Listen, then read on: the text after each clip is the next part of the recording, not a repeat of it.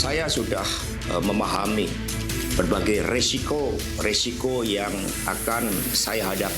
Dan ketika aparat penegak hukum digunakan dengan segala cara untuk melakukan intimidasi, maka pilihan untuk menghadapi tembok tebal kekuasaan itu wajib dilakukan oleh kader-kader PDI Perjuangan.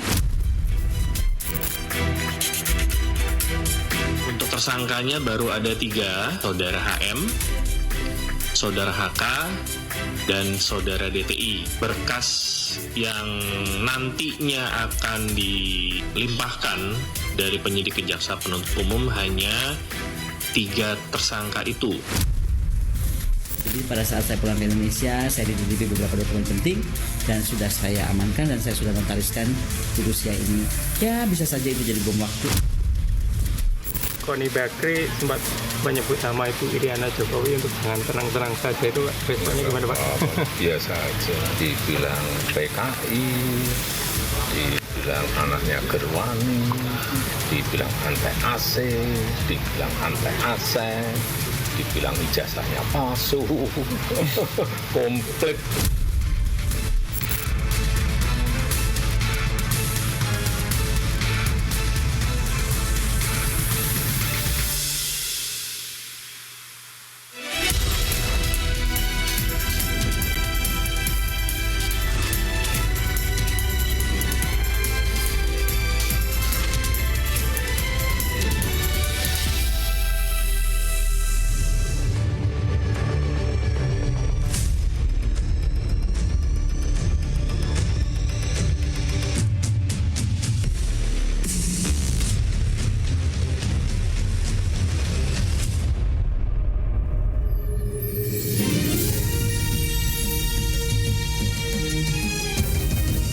Disiarkan langsung dari studio MNC Conference Hall Ainus Tower, Jakarta.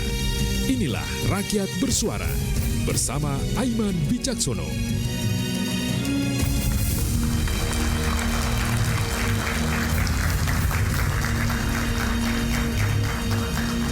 Bom waktu skandal pejabat. Ada 3 pertanyaan. Pertama, apa jenisnya? Siapa pejabatnya? Dan kapan bom waktu skandal akan diledakkan?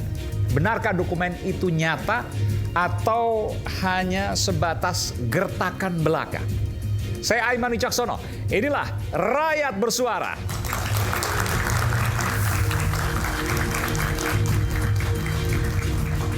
Saya langsung undang ke panggung Rakyat Bersuara. Selamat datang politisi PDI Perjuangan, Bung Guntur Romli. Gus Romli.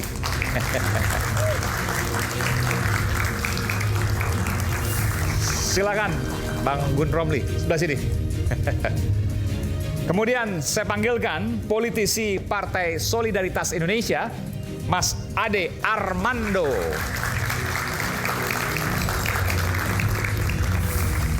Mas Ade, selamat datang.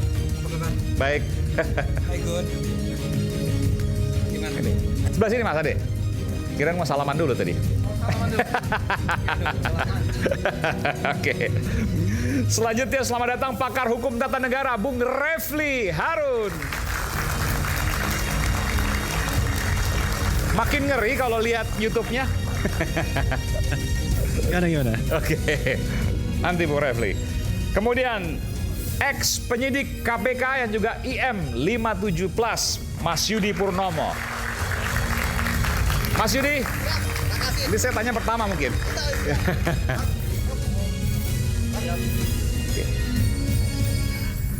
Selanjutnya Wakil Ketua Umum Jokowi Mania, Joman Andi Azwan.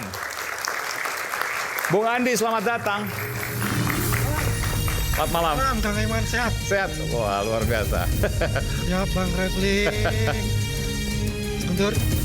Dan nanti kami akan panggilkan masih dalam perjalanan Bung Rocky Gerung, akademisi, dan juga pada segmen setelah ini nanti kita juga akan panggilkan Mbak Koni Rahakundini Bakri langsung dari Rusia. Tapi nanti saya ingatkan pada para narasumber bahwa hari ini ya, bahkan kita selalu live ya, kita selalu bersiaran langsung. Jadi apa yang disampaikan tidak pernah bisa ditarik kembali. Dan apa yang disampaikan tentu harus bertanggung jawab pada pemirsa. Baik, Kita langsung menuju saya ke Bung Yudi dulu deh. Bung Yudi, hari ini kita mendengarkan ada peristiwa ya penggeledahan di rumah Sekjen PDIP Hasto Kristianto. Penyidik melakukan penggeledahan, tapi ada dua sisi nih. Tadi kuasa hukum dari Mas Hasto mengatakan bahwa nggak ada yang diambil, nggak signifikan, cuma ada 1 atau 2 barang. Lebih banyak bercanda-bercanda, ketawa-tawa. Tapi kemudian biasanya kalau penggeledahan itu dilakukan artinya penyidik sudah yakin akan ada tindak pidana. Yang mana sebenarnya yang benar sesungguhnya? Ya, tentu ketika melakukan penggeledahan, Mas Aiman ya, itu bukanlah sembarangan ya. Tentu sudah diuji. Ya, mengapa harus menggeledah tempat tersebut? Yang kemudian dikeluarkanlah surat perintah penggeledahan. Bahwa kami penyidik ya, ketika kemudian melakukan penggeledahan, tentu ada banyak hal yang ingin didapatkan. Pertama, barang bukti. Ya, kemudian yang kedua, apakah ada orang yang bersembunyi di sana? Ya, yang ketiga, menemukan orang dan lain sebagainya. Saya menganalisis bahwa ketika penyidik hari ini melakukan penggeledahan, tentu saya duga ada kaitan bahwa mereka ingin ya mengetahui keberadaannya Pak Hasto di mana. Karena sampai saat ini kan kita belum Tapi bisa. kalau penggeledahan kan kalau untuk mencari di mana Mas Hasto gampang kan? Ya, karena penyidik saya melihat sekelas KPK kan bisa jadi penyidik berbagai cara lah. Iya, bisa berjaya. Itu kan salah satunya makanya. Oke. Karena penyidik mungkin ingin menyampaikan surat pemanggilan ulang. Kan kemarin kan Pak Hasto nggak datang dan minta reschedule. Ya, oleh karena itu bisa jadi penyidik pun kemudian kita akan penggeledahan dan kemudian tadi kan disampaikan ada barang yang ditemukan dan saya pikir ketika ada barang yang diambil itu pasti ada hubungannya ya dengan perkara yang dimaksud. Seperti itu Mas Aiman. Jadi Anda menyimpulkan bahwa penyidik meyakini bahwa tindak pidana itu nyata, begitu ya? Dari kemarin kan kita sudah mengatakan bahwa itu nyata. Tinggal bagaimana pembuktiannya di pengadilan. Ini kan dia masih statusnya tersangka. Tentu kita harus hargai Mas Hasto asas praduga tidak bersalah ya.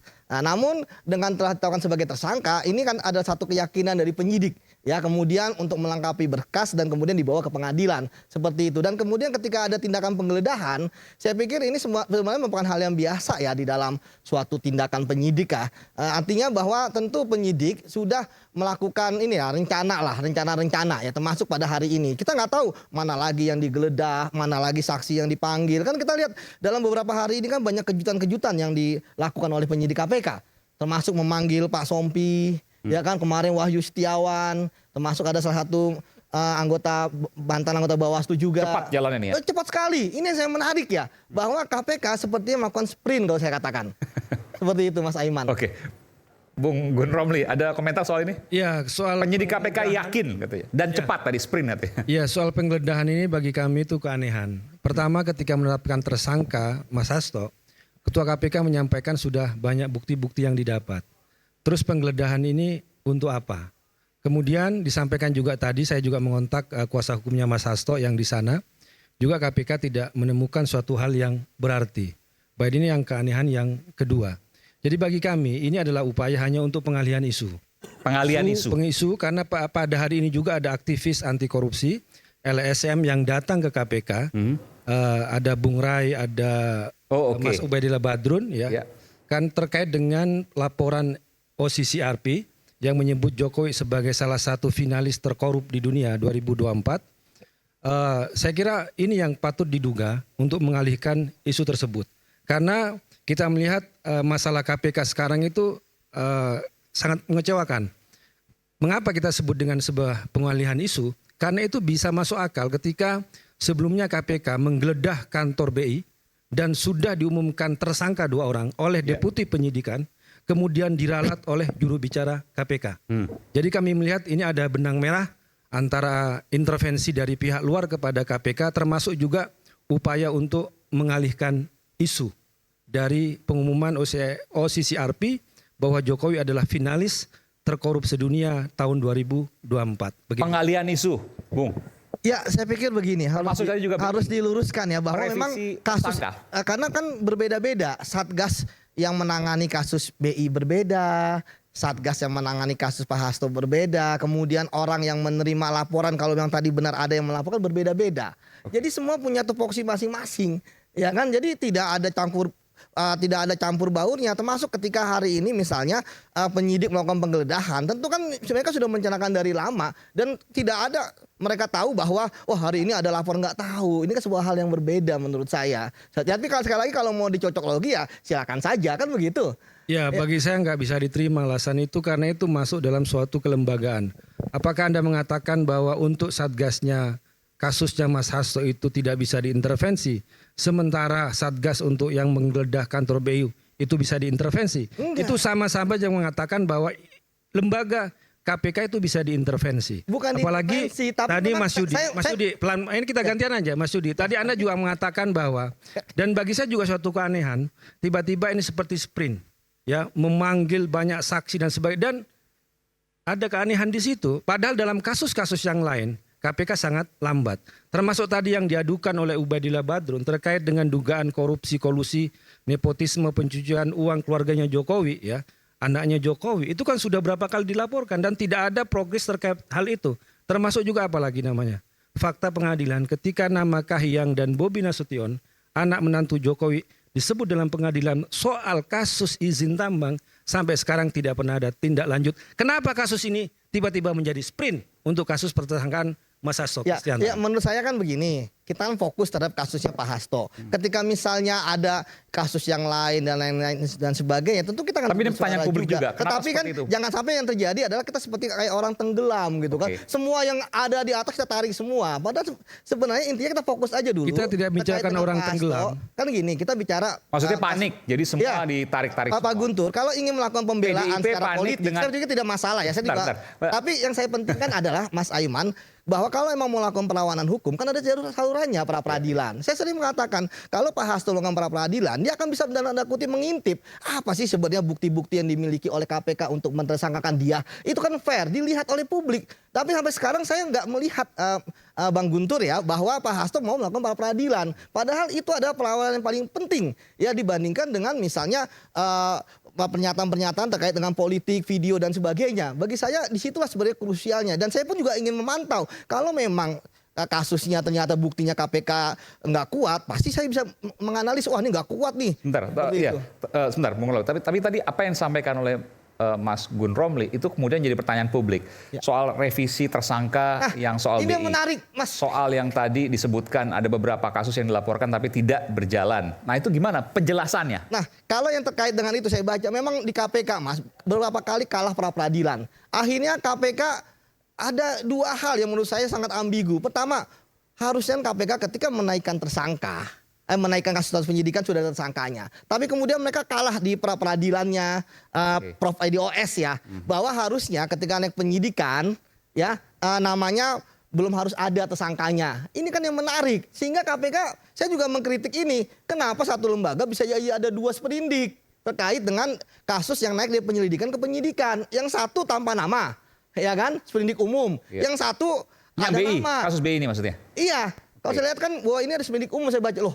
Harusnya nggak begitu dong. Oh, ini jadi- Kalau misalnya akhirnya Bang Guntur mengatakan bahwa wah ini kan ada dualisme, emang ada dualisme seperti itu. Ini yang menurut saya. Jadi ini administrasi aja atau ada tarik-tarikan di atas? Nah, kalau saya melihat ini administrasi aja. Oke. Buktinya kan saya lihat diperiksa-periksain kok. Tinggal bagaimana cara menetapkannya. Memang Bang Guntur Romli, KPK sekarang ini saya lihat memang dilema sekali akibat pelemahan-pelemahan yang terjadi. Ya, tadi akhirnya ketika Bang Romli mengatakan kok itu nggak ada penyidikan tapi tersangkanya belum ada gitu kan. Ya memang Ya, itu ya. pakai dia Termasuk pakai- revisi tersangka itu administrasi aja karena ada 2 surat itu yang Anda temukan. Iya, karena seperti itu. Ya kalau kami melihat ini ada upaya untuk tebang pilih. Melihat kasus kalau yang tersangka, yang terduga itu kritis terhadap kekuasaan, terhadap Jokowi, langsung sprint. Cepat-cepat saksi dipanggil melakukan penggeledahan. Tetapi kalau yang disebut dalam fakta pengadilan, dalam laporan dan sebagainya itu orang-orang yang berpihak kepada kekuasaan, maka di situ tidak ditebang. Ini adalah namanya fenomena tebang pilih. Terkait upaya hukum ya, upaya hukum yang akan dilakukan oleh Mas Hasto, itu nanti tim pengacara juga yang akan menyampaikan ya tentang pembelaan-pembelaan. Kami bukan tidak mau melakukan pembelaan, itu ada. Tapi strategi itu tidak akan pernah dibuka di pengadilan. Tapi pertanyaannya adalah di muka umum maksudnya. Pertanyaan adalah ketika kami mengajukan pra peradilan, apakah sistem itu bisa dipercaya atau tidak di tengah suasana seperti sekarang ini? Korupsi 300 triliun, hukumannya cuma 6,5 tahun. Jadi ini kita bicara soal pemberantasan korupsi, soal sistem peradilan kita, soal tidak ada yang terlihat ada tebang pilih. Ada keraguan di situ. Di situ jelas sekali ada keraguan. Apalagi kalau kita bicara dengan apa yang kami lihat, framing yang dibacakan oleh Ketua KPK saat menetapkan Mas Hasto Kristianto itu benar-benar adalah framing politik. Kami tidak ingin mengatakan bahwa ini kasus politik awalnya, tapi yang bertanggung jawab untuk menyatakan ini narasi politik adalah Ketua KPK. Kenapa? Alasan pertama, ketika yang namanya sprindik, SPDP itu tiba-tiba bocor sebelum itu sampai ke Mas Hasto. Siapa yang membocorkan? Tiba-tiba kami kebingungan pada tanggal 24 itu, Desember, tiba-tiba ada tersangka Sekjen PDI Perjuangan, kemudian kutipan dari itu sudah ada muncul di media. Siapa yang membocorkan hal ini? Ini kan soal kerahasiaan dan juga ada kebocoran di situ. Kemudian yang kedua adalah ketika Ketua KPK menyebut tersangkanya Hasto Kristianto selaku Sekjen PDI Perjuangan, bukan atas nama pribadi. Jadi ini sudah mengarah kepada institusi partai sebagai Sekjen PDI Perjuangan. Kemudian yang ketiga adalah ketika di situ juga disebutkan sebagai bukti. Ini bukan kata saya tapi kata Ketua KPK. Bukti dari kasus penyuapan adalah soal penempatan caleg Harun Masiku orang Toraja menjadi caleg di Sumatera Selatan. Apa hubungannya antara penempatan caleg dengan bukti penyuapan? Ini kan pekerjaan politik, internal partai politik. Tapi kenapa disebutkan sebagai bukti? Yang kedua kasus PAW. Lagi-lagi kasus PAW adalah kasus internal partai politik. Tapi kenapa Ketua KPK menyebut itu sebagai bukti kasus penyuapan Harun Masiku dengan Wahyu Setiawan? Jadi kalau dilihat ini kasus adalah kasus politik bukan karena kami mau mengatakan demikian, tapi karena narasi framing yang dipakai oleh Ketua KPK ketika menetapkan Hasto Kristianto selaku Sekjen PDI Perjuangan. Itu kami melihatnya seperti itu. Bung Andi atau Mas Adi mau nyampe? Terima kasih. Mas Guntur, saya agak protes ini. Dikit-dikit di bawah Jokowi. Jadi ini mengkonfirm Jokowi fobia. Oh, Jokowi fobia. Jokowi fobia terjadi di PDIP. Dari maksudnya apa yang dialami oleh Mas Hasto, PDIP, ini kan kita nggak ada kaitan sama Pak Jokowi. Terus dikaitkan dengan Jokowi. Oke. Tadi dengan OSISI RP. Pengalihan Pengalihan. Nah, sedangkan OSISI RP itu sudah mengatakan kita nggak punya bukti dan sudah mencabut itu. Coba cari di website kan nggak ada, sudah tutup. Kenapa itu yang dilaporkan gitu loh? Ya kan? Kalau ada masalah itu serahkan aja kepada hukum itu. Jangan dikait-kaitkan lagi kasusnya Mas Hasto ya dengan Jokowi. Ya kan? Ini tahun 2020 loh. Kasus ini baru rame-rame lagi, gonjang-ganjang lagi 2024. Kamu yang sekarang. Artinya ada sesuatu di sini. Kenapa KPK pada saat itu nggak berani? Karena itu masih dalam lingkaran kekuasaan. Ya Mas Hasto jelas mempunyai power pasti di situ. Ya kan? Jelas itu nggak mungkin itu tidak dilakukan oleh KPK. Makanya ketika KPK berganti langsung itu dikatakan Mas Yudi sprint. Karena ini jadi bahan gonjang-ganjing dari masyarakat. Wow, KPK ini takut sama pemerintah. KPK ini yang dibilang independen, enggak tuh. Kan seperti itu. Kita hormatilah hukum sekarang. Apa yang dilakukan oleh KPK itu kita hormati. Dilakukan penggeledahan seperti itu ya mungkin prosedurnya itu apa yang dikatakan Mas Yudi. Tapi tolong jangan dikaitkan dong dengan Jokowi dan keluarganya. Dikit-dikit Jokowi dan keluarganya. Jokowi fobia rupanya ini. Makasih. Terkait dengan Jokowi ada dua hal. Pertama masalah hukum dan juga masalah politik. Masalah hukum adalah ketika saya menyebut nama Jokowi, saya ingin mencontohkan ada kasus tebang pilih di sini. Jadi KPK sangat tajam kepada kasus Sekjen PDI Perjuangan, tapi sangat tumpul kepada Jokowi dan keluarganya. Jangan lupa, nama Jokowi disebut dalam pengadilan kasus korupsi. Kasusnya mantan Dirut Pertamina, Karen Agustiawan. Yasin Limpo disebutkan juga, Joni Plate disebutkan juga, dan beberapa kasus yang lain. Ini adalah fakta-fakta pengadilan penyebutan nama Jokowi di situ. Kemudian juga saya katakan tadi, penyebutan Jokowi dan keluarga bukan juga dari saya, tapi laporan misalnya Ubedillah Badrun yang sudah mungkin ini yang ketiga kali dia menyampaikan laporan kepada KPK. Kemudian juga apalagi apa yang disampaikan oleh almarhum Faisal Basri yang videonya sangat viral. Dugaan penyelundupan biji nikel yang merugikan negara ratusan triliun dan menyebut nama Bobi Nasution, menantu Jokowi sebagai salah satu yang diduga terlibat dalam kasus ini. Kemudian juga Blok Medan dan semuanya ini kan nama-nama yang sudah beredar di publik. Bukan kita ingin mengatakan benci kepada Jokowi atau fobia kepada Jokowi, tapi adalah fakta hukum. Kemudian juga adalah fakta politik. karena kami juga apa yang disampaikan oleh Sekjen PDI Perjuangan ya, ketika sebelum ditersangkakan tersangka oleh KPK, ada yang datang kepada dia dan dia itu sudah dikutip oleh majalah Tempo bahwa kalau sampai Jokowi dan keluarganya dipecat, maka akan ditersangkakan kasus Harun Masiku. Dan ancaman ini, pesan ini tidak hanya pada tahun 2024, tapi sudah setahun lebih dari tahun 2023. Setiap Mas Hasto, Sekjen PDI Perjuangan berbicara kritis, berbicara lantang, selalu ditakut-takuti dengan kasus Harun Masiku. Tapi karena dia yakin tidak pernah terlibat dengan kasus Harun Masiku, segala pesan, segala ancaman, segala intimidasi tidak dihiraukan. Dan tidak takluk, tetap keras, tetap lantang bersuara kalau demi kebaikan negeri ini. Begitu, Mas. Coba pertanyaan tadi, di mana kemudian benang merah Pak Jokowi misalnya di dalam kasus Mas Hasto? Seberapa bisa ia yang bukan presiden lagi kemudian mencawe-cawe? Ya kalau kita melihat apa yang disampaikan oleh Mbak Bivitri, bahwa komisioner KPK saat ini adalah orang yang dipilih dan ditetapkan oleh Jokowi. Dan Pak Prabowo hanya melantik. Ya. Kemudian juga seakan-akan dari banyak kasus yang ada di KPK yang merugikan negara triliunan, termasuk juga buronan yang lebih lama yang dari namanya Harun Masiku, yang namanya Kirana Timing kalau nggak nama Tionghoanya dari sejak 2017. Seakan-akan itu bukan prioritas, tapi yang prioritasnya adalah mentersangkakan Sekjen PDI Perjuangan yang baru dipecat. Saya nggak setuju kayak begini, itu. Ya kan? Kalau begini ini sudah mengkonfirm aja, sudah Jokowi Popia benar di sini, teman-teman ini kita ini. Ya bahwa kan? tadi kemudian pimpinan KPK adalah dalam tanda kutip orangnya Jokowi, itu gimana? Tadi mengatakan Mbak Bivitri dipilih dan ya mengatakan mengkonfirmasi itu bahwasanya itu orang KPK adalah dipilih Jokowi. Bagaimana dikatakan dipilih Jokowi? Sedangkan itu dipilih di DPR RI melalui proses, betul nggak, Mas Yudi? Melalui proses yang pilih itu DPR RI termasuk PDIP. Ya kan bukan dari Jokowi. Jokowi tinggal mengesahkan. Tok. Oke sudah confirm semua. Oke saya tanda tangan ya. Yang memilih panselnya siapa? Yang menyeleksi. Loh, kemudian yang menyeleksi pansel ada tim pansel. Dari 10 calon komisioner KPK juga siapa? Ke DPR. Loh, Anda punya juga loh PDIP. Iya, semua partai-partai itu punya jagoan-jagoan di dalam yang itu. Yang disodorkan ada terbatas ya kan? Dari nama-nama yang itu. Ya berarti tidak. Ya itulah keputusan pilihan. Mas Guntur. Ya, ini udah rahasia umum. Rahasia umum kayak mana? Masing-masing itu, ya, itu kan proses ada pansel, kemudian dipilih oleh DPR.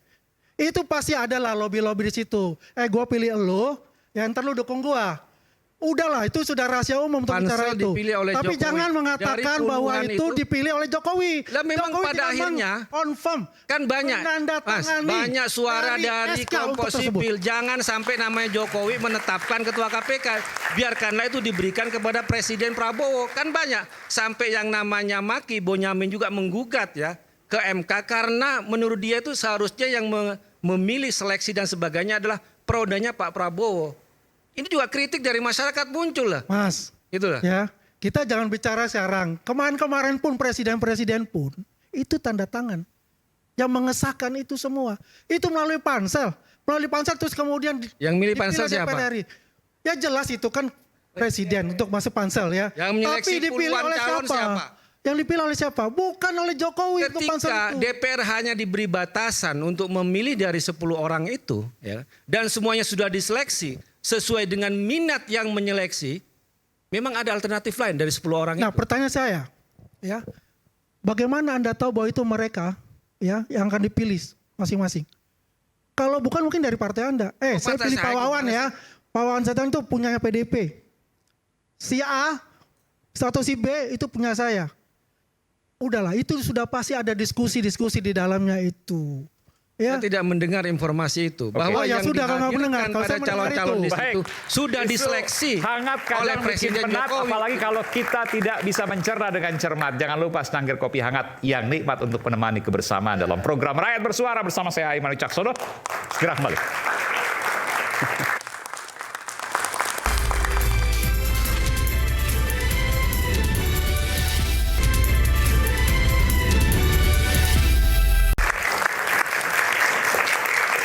di Rakyat Bersuara. Ini acara siaran langsung, jadi apa yang disampaikan tidak bisa ditarik kembali. Ya tapi skandalnya langsung apa enggak? Nanti kita tanya ke Mas Guntur dan Mbak Wadi nanti. Tapi sebelum saya tanya ke sana, saya ke Bung Refli dulu. Bung Refli, kalau tadi dikatakan kenapa nggak pra-peradilan? Karena ada keraguan, satu. Yang kedua, kenapa kemudian ini dilakukan penggeledahan, Mas Hasto? Karena untuk salah satunya ada kecurigaan terkait dengan pengalihan isu karena Bang Ubed dan lain sebagainya hari ini melaporkan terkait UCCRP. Tapi kemudian dibantah oleh Bung Andi Azwan bahwa ini nggak ada kaitannya dengan Pak Jokowi dan sebagainya. Bahwa kemudian ada panitia seleksi pimpinan KPK yang masih bisa dikendalikan Pak Jokowi itu sebuah hal yang nggak mungkin. Karena itu juga pimpinan KPK dipilih oleh DPR. Jadi bukan tunggal oleh seorang Jokowi. Apa yang kemudian Anda bisa nilai dari sini? Iya, kita kan ketika pemerintahan ini berganti, kita berharap ada perbedaan yang signifikan antara pemerintahan sebelumnya dengan pemerintahan hari ini. Karena kita tahu bahwa sebagai orang hukum, jarang sekali orang hukum yang mengatakan bahwa penegakan hukum itu baik, benar, on the right track. Rata-rata kan pesimis. Jadi itu perdebatan yang biasa kita dengar di antara kalangan ahli hukum. Kalau Anda menjadi lawyer dan lain sebagainya, udahlah orang kemudian melihat dengan perasaan, ada yang tertawa, ada yang getir melihat perbedaan antara Gus Nur dengan Harvey Mois. Jadi Gus Nur itu bikin satir, dia munculkan kerugian negara 0 rupiah, hukumannya 6,3 tahun. Ini kerugian negaranya 300 triliun, tetapi hukumannya kurang lebih sama, cuma beda 2 bulan saja, 6,5 tahun. Nah ini kan kalau kita belajar hukum, orang jadi bingung, apa yang menyebabkan seorang Gus Nur misalnya harus dihukum separah itu dengan tuntutan maksimal 10 tahun sebagaimana tercantum dalam Undang-Undang Nomor 1 1946 yang kemudian dibatalkan MK, dianggap sebagai undang-undang yang inkonstitusional.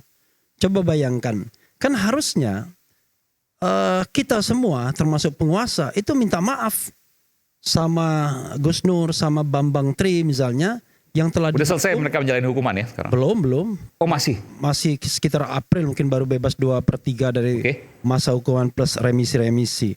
Jadi kalau kita misalnya lihat 300 triliun korupsi, nanti ada remisinya, kemudian ada 2/3 dan lain sebagainya, tidak terasa tiba-tiba 3 tahun, 4 tahun sudah bebas. Sementara uang hasil korupsinya mungkin belum habis begitu ya. Nah ini kan persoalan hukum di Indonesia tidak hanya pada masa pemerintahan Presiden Jokowi, tapi juga terjadi sepertinya terestafet pada masa pemerintahan Prabowo yang sebelumnya. Pra-peradilan khawatir kalau seandainya diajukan ya pasti kalah, kurang lebih gitu. Saya itu kalau pra-peradilan bisa menjawab yang mengajukan siapa. Kalau yang mengajukannya punya afiliasi politik tertentu, orang-orang tertentu ini bakal menang, ini bakal kalah udah kelihatan. Pra-peradilan kelihatan, Bung Refli. Aduh, kita kan bisa menganalisisnya kan dengan gampang, dengan mudah. Jadi kasus ini bakal dibebaskan, kasus ini tidak. Ini terkait Let's say begini sajalah. Kalau Tom Lembong, ya kan, walaupun sampai sekarang ini tidak jelas apa kerugian negaranya sebagai salah satu unsur dari tindak pidana korupsi yang dikenakan kepadanya pasal 2 dan pasal 3, itu pra-peradilan nggak menang dia. Tetapi ada, saya tidak mau menyebut namanya, ada seorang pejabat, entah itu menteri atau wakil menteri, yang sudah jelas-jelas menerima gratifikasi, pernah ditetapkan sebagai tersangka, hanya karena prosedur, kemudian dikalahkan, dan ketika mau ditetapkan lagi sebagai tersangka, nggak bisa. Karena dia punya afiliasi cantolan yang kuat di politik. Ini wamen maksudnya kan? Itu persoalannya, ya kan? Saya bilang menwa bukan wamen ya. Gitu. Nah, soalnya itu junior saya sih di kampus soalnya. Oh, UGM juga berarti. Nanti dibilang senior cemburu kan, susah juga kan. Padahal saya mau mengemukakan dan sama-sama profesor, Anda mengatakan. Enggak, saya bukan profesor, saya provokator. Jadi kita mau mengatakan bahwa banyak hal yang memang tidak kompatibel ya. Kita baru bicara tentang kompatibilitas, bukan hanya soal adil saja. Jadi dari hal yang ini saja kok ibarat perahu atau apa tuh jomplang sekali. Nah karena itu menurut saya selalu berharap ya bahwa pemerintahan Prabowo ini serius untuk memberantas korupsi. Tetapi kan kita bicara based on fakta yang ada ya. Jangan soal sentimen katanya. Maka saya lihat misalnya kasus-kasus yang besar apa? Kasus Zarub Rikar kan kemarin yang ditemukan dana cash saja hampir 1 triliun. Itu Super besar. kata pejabat publiknya. Kata Maki beda lagi, itu enggak 1 triliun, sudah 1,6. Ada yang bilang, adalah saya tahu itu 2 triliun. Nah, gosip seperti ini kita tidak tahu mana yang benar, mana yang salah. Tetapi kalau kita bicara tentang transparansi publik sebagai bagian dari good governance, clean government, ya harus dijelaskan. Keraguan publik itu harus dijawab. Ini uangnya yang disita itu hampir 1 triliun, 1,6 triliun atau 2 triliun. Kan gawat sekali kalau dientit misalnya. Jadi misalnya nah jangan-jangan itu modus yang juga terjadi di banyak penggeledahan dan lain sebagainya yang menemukan uang-uang cash. Termasuk juga kasus-kasus narkoba misalnya. Di mana kasus narkoba bisa diambil dan ada seorang jenderal yang baru saja dimutasikan ke Jawa Timur tiba-tiba tukang jual narkoba, bayangkan. Ya kan? Ada kan seperti itu. Nah, hal seperti ini kemudian menjadi keprihatinan kita sejak lama, tetapi menurut saya Prabowo belum memiliki formula untuk memberantas ini. Karena barangkali ya pembantu-pembantunya part of problem, bukan part of solution. Di situ ada Yusril ya. Yusril juga seorang pengacara, ya kan? Kemudian ada Otto Hasibuan juga seorang pengacara, kan begitu. Kemudian ada yang tadi adik angkatan saya selalu menjadi ahli dari koruptor, tindak pidana korupsi dan lain sebagainya. Maka kemudian ada yang namanya conflict of interest. Masa mereka part of problem, bagian dari masalah? Ya bagi saya orang hukum, Anda sepintar apapun, kalau ada conflict of interest Anda nggak bisa lagi pintar. Maksudnya pengacara nggak boleh jadi menteri gitu? Atau wakil menteri misalnya? Boleh lah. Nggak boleh? Iya. Sekarang cek. Mereka misalnya sudah tidak praktek lagi. Ya kira-kira ada nggak trading in influence itu? Memperdagangkan pengaruh misalnya. Itu yang kemarin kemudian sempat ada kasus di Wamen tadi yang Anda sebutkan. Yalah. Coba Anda lihat tuh, dicek tuh di Mahkamah Konstitusi. Meskipun peradilan membatalkan semua itu karena dianggap tidak ada. Bukan tidak ada, itu prosedur. Kan prosedur bisa diperbaiki. Substansinya kan belum diuji dalam peradilan. Tetapi kenapa tidak ada keberanian untuk menetapkan sebagai tersangka? Padahal barang sudah jelas. Nah, Hasto ini barang entah jelas entah enggak, tapi yang jelas sudah 4 tahun yang lalu mengambang kan, 5 tahun bahkan, karena 2020 Januari dan sekarang Januari lagi. Sementara ini barang yang sudah jelas, hanya dikatakan soal prosedur, tapi keberanian untuk menetapkan sebagai tersangka lagi tidak ada. Kan kita bicara mengenai hal-hal yang di publik itu sudah diketahui. Cuman begini, barangkali satu punya cantolan kekuasaan yang hari ini sedang berkuasa di inner circle kekuasaan. Satu awalnya di inner circle tapi sekarang sudah keluar. Pertanyaan saya singkat. Gus Romli tadi mengatakan, ya ternyata Ubedillah Badrun benar ya. Pertanyaan singkat. Kritik, jadi KPK tidak lepas dari pengaruh kekuasaan. Iya dong. Dan kekuasaan itu menurut Anda masih dipegang oleh Pak Jokowi? Nah, itu kita harus jawab ya. Pertama, saya ingin mengatakan KPK lemah sejak 2019 akhir. Pada masa pemerintahan Jokowi akhir dan di awal. Ya, jadi periode kedua pemerintahan Jokowi. Dan kemudian, apakah kemudian hukum masih dipengaruhi katakanlah oleh kartel-kartel hukum yang bergentayangan? Saya mengatakan masih. Jadi walaupun sudah ada peralihan kekuasaan dari Jokowi kepada Prabowo, tidak serta-merta wajah hukum menjadi menggairahkan, menjadi cerah. Saya belum melihat hal tersebut dalam konteks Hasto. Misalnya kalau tadi kan Gus Romli bicara mengenai isu Tempo dan lain sebagainya. Saya entah seseorang tiba-tiba dengan baik mengatakan memperdengarkan suara Hasto sendiri yang mengatakan diincar karena Jokowi ada orang yang mau bernegosiasi agar jangan sampai dia dipecat. Tapi bentar, tadi kan disampaikan oleh Bung Ade Asman, gimana cara mempengaruhinya? Orang udah nggak berkuasa, nggak menjabat, pansel aja juga dipilih oleh DPR, logikanya gimana untuk ini logika Aiman ini seperti logika nyari anak kecil aja, nyari kalau A ke B, B ke C. Ini kan Saya mengutip dari Bung Andi. sekarang ini biar terang benderang. Kalau Prof, biar terang benderang, Prof. ya kalau Anda hutang ya kan, hutangnya besar, pemilu misalnya, ini baru sebulan kekuasaan yang dinikmati oleh Prabowo akibat investasi yang besar dari Jokowi, kan itu aja frankly speakingnya kan, investasi Jokowi besar sekali untuk memenangkan Prabowo, termasuk juga menaruh anaknya di situ, ya kan? Lalu sekarang kekuasaan itu baru dinikmati selama 100 hari kurang. Jadi menurut saya untuk renggang itu ya nantilah, tunggulah kira-kira 6 bulan ke depan atau 1 tahun ke depan. Nah nanti akan kita lihat. Itu harapan Bung Refli, kan belum tentu juga. Apakah kekuasaan Jokowi masih kuat ataukah Prabowo yang kemudian variabelnya makin menguat dan kemudian kita lupa sama Jokowi. Ya kan? Dan lupa juga kalau bahwa ada wakil presiden yang namanya Fufu Fafa. Bung Andi, Anda mau membantah itu? Jadi itu seperti logika anak kecil. Itu tadi kok saya kutip ya. Jadi kita kayak main Squid Game. Oke, lagi trending Jadi, itu. Kan sudah jelaskan, jelas itu tidak ada lah campur tangan dari Jokowi untuk masalah itu. Kan sudah selesai. Karena apa? Logikanya nggak masuk. Logikanya nggak masuk. Masalah pansel itu kan sudah jelas. DPR RI kok. Yang menentukan itu si A, si B, si C. Utang budi ke Pak Prabowo, terus kemudian kekuasaan membantu Pak Jokowi. Gini, kalau kita bicara Pak Prabowo dan Pak Jokowi. Pak Prabowo utang budi maksudnya? Kalau hutang budi saya rasa bukan hutang budi lah. Ini punya visi negarawan yang sama-sama besar. Ingin melihat negara ini maju dan berkesinambungan. Jadi ada estafet. Ya. Terlepas bahwa itu adalah partai-partai politik yang mendukung beliau. Ya kan? Beliau kan nggak punya partai politik. Kalau bicara PDIP kan berbeda.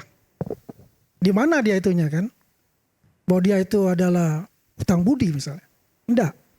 Tapi punya visi yang sama untuk negara ini. Itu kuncinya sih di situ. Pengen negara ini maju, ya. Estafet itu jalan sampai 2045 itu Indonesia masih tercapai. Oke, saya ke Mas Yudi. Kalau tadi logikanya gimana? Satu sprint untuk kasus Mas Hasto misalnya, tapi ada yang misalnya pra-peradilan udah kalah nggak diproses lagi. Lalu kemudian ada pelaporan banyak tidak diproses. Dan ini semua terkait dengan kekuasaan, kecurigaannya. Silakan. Ya, itulah yang menjadi kritik kita ya kepada KPK, bahwa adanya perbedaan perlakuan terhadap suatu kasus itu yang tentu akan menjadi senjata untuk mengkritik KPK. Padahal harusnya semua diperlakukan sama. Tadi, tapi itu pengaruh kekuasaan atau apa itu? Nah, kalau saya nggak ngelihat kekuasaan ya, saya ngelihat bahwa kenapa ini nggak dijalankan. Tadi yang disampaikan oleh Prof. Refli. Jadi bukan karena kekuasaan. Bukan hanya satu pra-peradilan loh, Prof. Ada 2, Prof. Satu peradilan malah 3 tersangka, ya kan? Jadi 2 pra-peradilan, KPK kalah. Biasanya waktu di zaman saya begitu kalah, secepatnya kita melakukan ekspos, ya kan? Naikkan kembali. Iya kan? Kenaikan ini kan kenapa enggak? Ya, seperti kasus Setia Novanto dulu ya. Iya, Prof. Itu saya juga terlibat di situ, Prof. Jadi, sampai nggak tidur gitu kan. Jadi, Prof, benar. Jadi ketika sekarang ini pimpinan sudah berganti, udah berapa bulan? Mungkin penyidiknya udah menangani kasus yang lain. Jangan-jangan udah dilupakan 2 kasus itu yang kalah. Ini kan menarik. Makanya sekarang benar kita ingatkan kembali. Masih ada 2 loh. Ya, yang pertama terkait Gubernur Kalsel, yang kedua terkait dulu mantan Wamenkumham. Ya kan? Iya, jadi 2 itu nih mau diapain nih kasus? Formilnya emang dia kalah, prosesnya benar seperti dikatakan oleh Prof. Rafli ya. Tetapi material masih ada loh di KPK, alat bukti masih ada, barang buktinya seperti apa? Tapi Anda membantah bahwa itu semua dilakukan bukan terkait kekuasaan, nggak ada kaitan kekuasaan sama sekali? Nah, kalau misalnya dicocok logi ya ada gitu ya. Tapi saya katakan buktinya susah atau gimana? Ini harusnya segera dinaikkan. Makanya nih, saya sepakat bahwa ketika Pak Hasto ya dijadikan tersangka pertama oleh pimpinan yang baru ini. Pimpinan baru ini kan berarti sudah menaikkan standar tinggi. Saya berani menaikkan kasus sekjen partai. Terbesar lagi. Nah, kalau itu aja berani, yang lain juga harusnya mau dong. Kalau tidak terkonfirmasi apa yang dikatakan Prof. Refli, ada kekuasaan lah, ada inilah, ya kan? Itu karena 2 ini yang jelas. Kalau yang lain masih laporan, masih panjang lah prosesnya. Saya bicara yang jelas aja. Ini dua kasus masih tinggal naikin doang sprindiknya. Kok nggak bisa? Ada apa? Kan tinggal tanda tangan. Saya mencium tinggal sprint kayak Pak Hasto ini. Mencium keanehan di pernyataannya Mas Yudi. Seakan-akan kasusnya Mas Hasto ini lebih tinggi daripada kasus-kasus lain yang jelas-jelas merugikan triliunan uang negara atau kasus-kasus lama. Jadi seakan-akan ini paling tinggi. Padahal kalau kita mau bicara, Mas Hasto ini bukan pejabat publik, bukan pejabat negara, tidak ada kerugian negara dalam kasus ini. Seharusnya kalau orang yang waras, yang diprioritaskan adalah kasus-kasus besar yang jelas-jelas merugikan keuangan negara, karena disitulah fungsi KPK diciptakan, bukan sebagai alat politik. Sekjen partai adalah target utama. Ini saya lihat keanehan. Nggak, korupsi itu nggak harus merugikan keuangan negara, Bang. Ada 7 jenis di dalam undang-undang.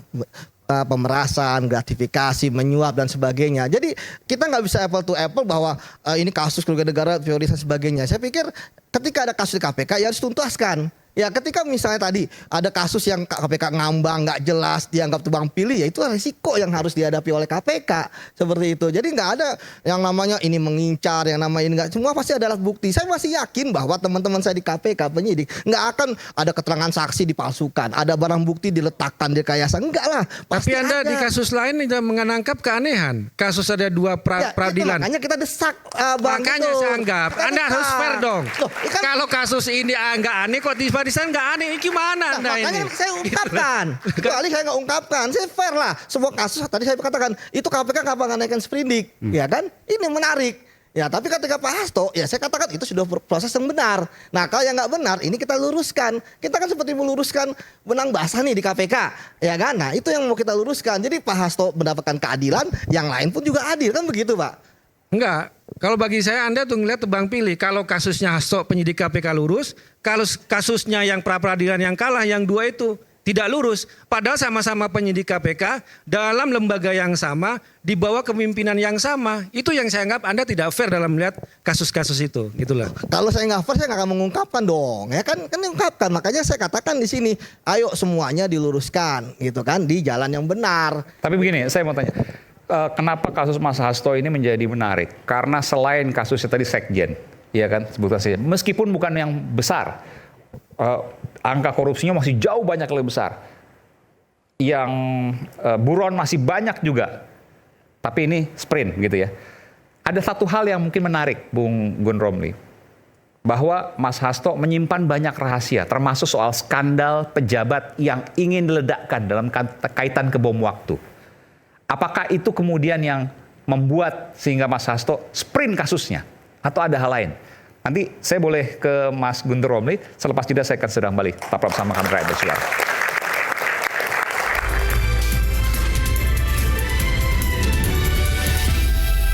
Mas Hasto sangat berharga karena banyak mengetahui banyak hal. Termasuk dosa-dosa, skandal pejabat, mungkin keluarganya juga. Benar nggak demikian? Iya. Dan itu akan dibongkar.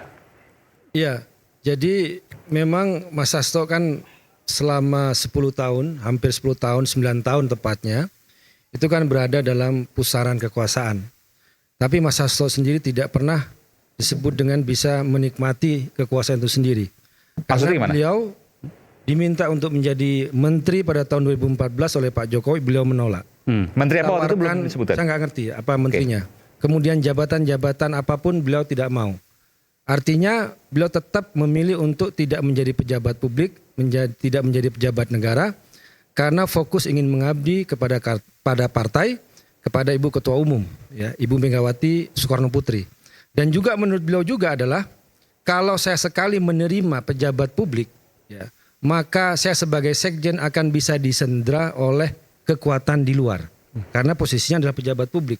Jadi Mas Hasto itu tidak pernah menjadi pejabat publik, itu secara sadar dilakukan untuk menunjukkan independensi dirinya dan juga partainya terhadap kekuasaan. Dalam bentuk apapun kekuasaan itu. Termasuk Pak Jokowi yang waktu itu bisa disebut dengan kader PDI Perjuangan. Dan dalam konteks itu pula, maka segala spekulasi atau opini yang terkait misalnya, tadi disebutkan bahwa Mas Hasto tidak tersangkakan karena PDI Perjuangan berkuasa pada saat itu, tidak masuk akal. Kalau memang PDI Perjuangan bisa mengintervensi KPK saat itu, maka seharusnya kasus Harun Masiku tidak ada sejak awal. Tidak ada yang namanya OTT, tidak ada yang bongkar masalah kasus Harun Masiku dan Wahyu Setiawan. Kalau PDI Perjuangan bisa mengintervensi KPK. Walaupun misalnya ada, kita buka di sini, walaupun ada nanti ada penyidik KPK. Sempat waktu itu misalnya majalah Tempo menuliskan waktu ada tragedi di PT IKA yang kemudian di situ ada Mas Hasto di dalamnya, KPK mau menangkap tapi kemudian gagal karena dilindungi oknum tertentu waktu itu di situ. Ya. Itu Anda membantah itu? Kami membantah. Kenapa? Karena saya katakan dari awal. Itu 2020 kalau itu ya? seandainya PDI Perjuangan punya intervensi terhadap KPK, bisa menguasai KPK, maka kasus Harun Masiku harusnya tidak ada. Sama sekali bisa nol. diantisipasi. Nol. Ya. Kemudian kalau cerita yang ke PT IKA itu kan tidak berdasar. Semuanya berdasarkan spekulasi, kemudian cerita-cerita, asumsi-asumsi, yang kalau kita menyimak putusan pengadilan, ini kan kasusnya sudah 3 orang, udah dihukum, kemudian sudah bebas. Kalau bicara kepada fakta pengadilan, cerita-cerita itu kan nggak ada. Asumsi-asumsi soal apa dirintangi dan sebagainya itu kan nggak ada. Misalnya bisa kita baca sendiri putusan pengadilan Tipikor Jakarta Pusat terhadap Wahyu Setiawan dan Agustiani tanggal 15 Agustus tahun 2020. Nomor putusan 28 halaman 160, 161 disebutkan bahwa uang yang diserahkan kepada Wahyu Setiawan itu dari Harun Masiku. Tidak ada nama Hasto Kristianto. Ini kasus penyuapannya aja. Jadi ini kalau kita kembali kepada kasus hukum. Kemudian cerita-cerita yang seperti soal perintangan itu nggak pernah bunyi di pengadilan. Tidak pernah menjadi fakta di pengadilan. Tidak seperti namanya Jokowi yang disebut dalam beberapa pengadilan korupsi. Ya saya sebutkan tadi apa aja pengadilan-pengadilannya. Tapi namanya masuk nggak ada dalam putusan pengadilan. Nggak ada dalam persidangan, nggak pernah bunyi namanya. Tapi kan selalu dikaitkan dengan isu-isu yang ingin memframing. Bahkan ujung-ujungnya adalah mengkriminalisasi kasus Mas Hasto. Nah kembali kepada tadi, bahwa ini di sini tidak hanya Mas Hasto, tapi juga ada Mas Andi Wijayanto yang juga masuk dalam kekuasaan selama ini. Dan kalau kita lihat media sosial, 2 orang ini kan diserang dengan isu yang sangat personal, sangat pribadi. Mas Andi Wijayanto kalau kita ngelihat X misalnya, serangannya terhadap personalnya dia.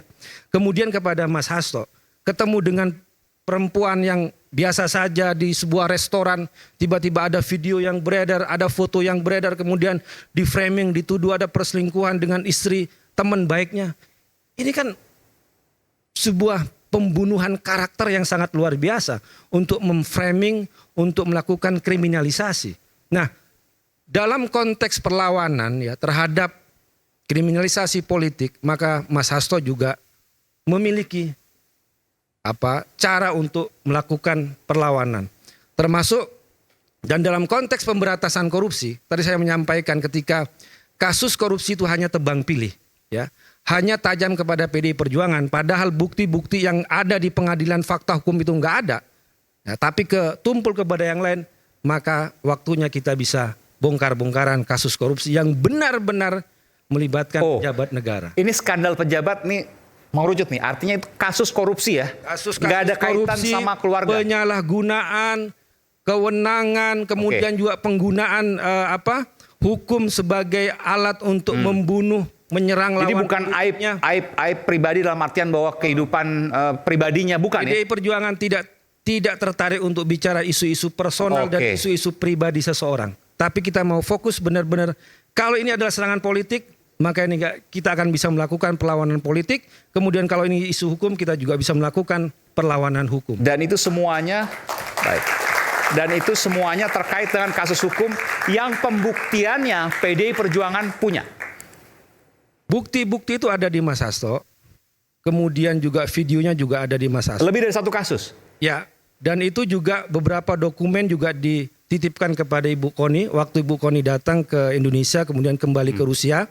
Karena pengalaman ketika Mas Hasto dipanggil oleh KPK sebagai saksi, ya ternyata juga di situ ada stafnya yang namanya Mas Kusnadi juga dikriminalisasi, diancam, diperiksa dengan mengelabui, dirampas barang-barangnya tanpa ada yang namanya surat penyelidikan terhadap Mas Kusnadi. Maka Mas Hasto waktu itu udah bilang, wah kalau seperti ini caranya, maka beberapa dokumen yang benar-benar dianggap penting, ya itu diselamatkan, dititipkan kepada Ibu Koni dan dibawa ke Rusia.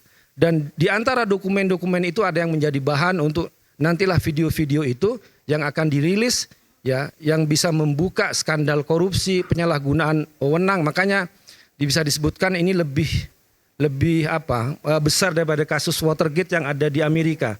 Ini kan Watergate itu kan kasus bagaimana penyalahgunaan penyadapan kasus hukum untuk membunuh lawan politik. Nah kira-kira juga Ini menjelang pemilu maksudnya. Waktu itu kan Watergate menjelang pemilu. Pemilu kok ya itu saja. Kita konteksnya adalah pemilu, Pilpres kemarin juga pemilu dan Pilpres. Kemudian setelahnya dalam konteks juga adalah pilkada dan juga sebelum-sebelumnya bagaimana alat hukum itu dipakai untuk mengkudeta pimpinan partai politik yang menjadi umum. Iya, kalau pemilu kenapa kemarin waktu MK tidak dikeluarkan misalnya? Sebagian katakanlah, tidak semuanya. Itu kan tidak terkait dengan yang ada di MK, ya kan?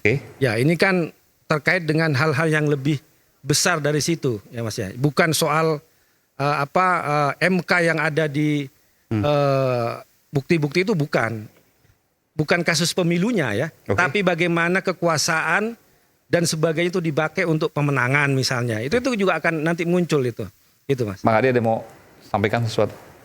Jadi ada berapa kasus kalau disebutkan? Lebih dari satu kasus pasti?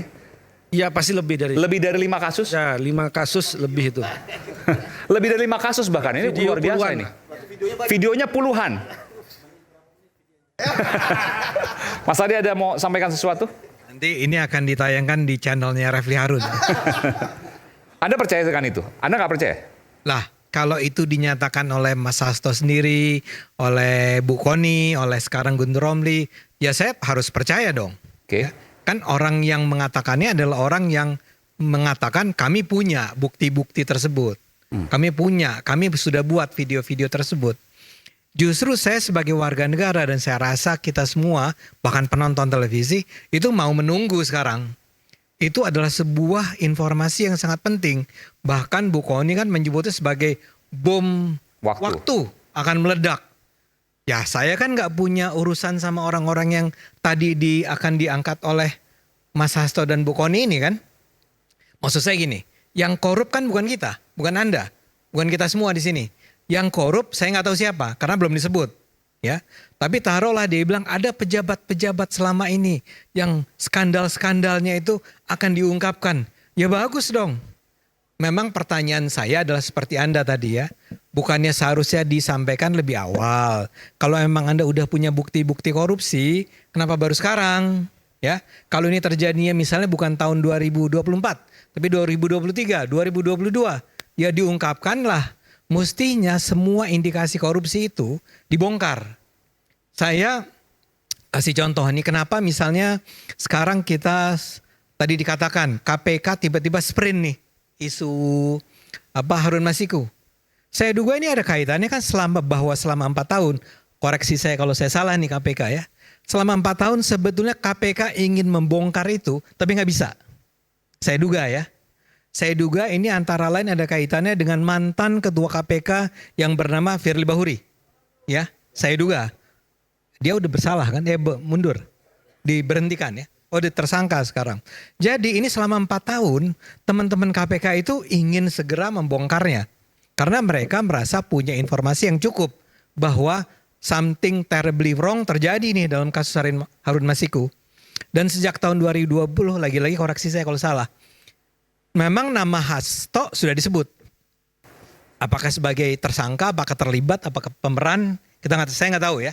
Cuman sudah bahkan majalah. Maksudnya waktu itu diintervensi oleh PDI Perjuangan. Tapi tadi disebutkan. Saya nggak bilang ada intervensi dari PDIP. Ada kecurigaan ke sana. Tapi saya sebutkan. Saya tidak ya. Logikanya maksud juga tadi disebutkan. Kalau seandainya Mas Hasto sebagai sekjen pada waktu itu yang berkuasa, ya kan? Pada waktu kan 5 tahun lalu sebelum pemerintah sekarang berkuasa, nggak akan ada kasus Harun Masiku, itu gimana penjelasannya? Setuju, saya cuma mau bilang bahwa dalam 4 tahun tersebut dari tahun 2020 sampai 2024 ya pasti ada pihak-pihak yang dengan sengaja mencegah jangan sampai ini terbongkar. Karena buktinya adalah sekarang begitu udah ganti ketuanya, ya Firly Bahurinya diganti, ketua yang baru dan kemudian PDIP-nya sendiri tidak menjadi sebuah partai dominan. Ya, tiba-tiba sprint. Dan itu menurut saya ya biasa-biasa aja. Selama ini ditahan-tahan, begitu dikasih kesempatan sprint. Ya. Kalau Anda tanya ke saya, menurut saya Pak Hasto salah nggak? Saya sih percaya dia salah. Tapi kan saya percaya, belum tentu benar. Kok bisa percaya dari mana? Karena tadi dari 2020 sudah disebut, ya. Sekarang KPK pun dengan sangat percaya diri bilang bahwa dia, Pak Hasto, kami nyatakan sebagai tersangka, ya. Artinya mereka sudah punya cukup bukti nih untuk mengatakan bahwa Pak Hasto tersangka. Karena itu saya percaya, saya nggak mau skeptis dengan apa yang dikatakan oleh KPK dong.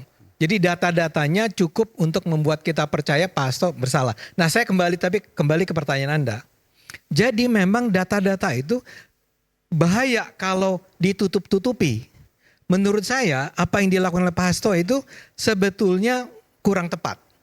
Bahwa beliau itu selama ini sudah mengumpulkan bukti-bukti korupsi oleh para pejabat dari mana ke mana saya nggak tahu, tapi dia mengumpulkan data-data mengenai pejabat yang korup atau yang melanggar hukum, tapi dia diamkan.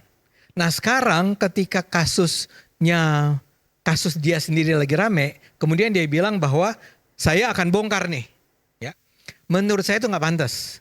Seharusnya nggak pantas dalam arti begini. Kalau Anda memang punya data-data itu yang sangat kuat, yang seperti bom waktu, yang akan mengguncangkan Indonesia, ya, artinya itu adalah informasi-informasi besar, bukan informasi yang receh-receh, bukan informasi yang nggak penting. Ini pasti penting, pasti menyangkut nama-nama orang terkemuka. Nah, kenapa itu selama ini Anda tutup-tutupi? Dan kemudian bahkan saya sampai bertanya, betul nggak kalau Anda menutup-nutupi informasi mengenai korupsi, ya, dan Anda dengan sengaja menyembunyikannya di bawah meja, di bawah tempat tidur dan seterusnya, Anda turut bersalah dalam tindak korupsi tersebut. Saya kasih bayangan nih, kalau saja yang nanti akan diungkapkan oleh Pak Hasto adalah sebuah korupsi yang dilakukan oleh pejabat X pada tahun 2022, 2 tahun yang lalu, dan informasi tersebut dengan rapih ditutup oleh Pak Hasto sampai tidak diketahui oleh publik, dan baru sekarang dia ungkapkan bahwa pejabat X itu pada 2022 sebetulnya memperoleh gratifikasi sebesar 50 miliar rupiah. Menurut saya harusnya tahun 2022 itu diungkap kepada publik bahwa saya punya informasi nih mengenai Pak Ade Armando yang terima 50 miliar. Jika tidak diungkap dan baru diungkap sekarang ketika ada kasus, maka? Menurut saya mungkin salah nih. Ahli hukum lebih harus bicara di sini. Kalau itu dia diamkan, dia akan bisa masuk dalam kategori orang yang terlibat di dalam menyembunyikan informasi korupsi. Dan itu adalah sesuatu yang terlarang dalam undang-undang korupsi. Nah, jadi saya ingin katakan begini. Saya sih sangat gembira kalau Pak Hasto, Bu Kony sampai berani untuk membongkar ini. Karena memang perang melawan korupsi yang harus dilakukan Indonesia itu sangat berat. Jadi kalau ada orang-orang yang berani membongkar, maka kita akan menemukan, oh si Pak ini ternyata korup, si Pak ini ternyata korup, partai ini ternyata korup. Ya. Maka itu akan menimbulkan pengetahuan publik tentang betapa buruknya korupsi dan bisa menimbulkan efek jerah buat siapapun yang ingin melakukan korupsi di Indonesia.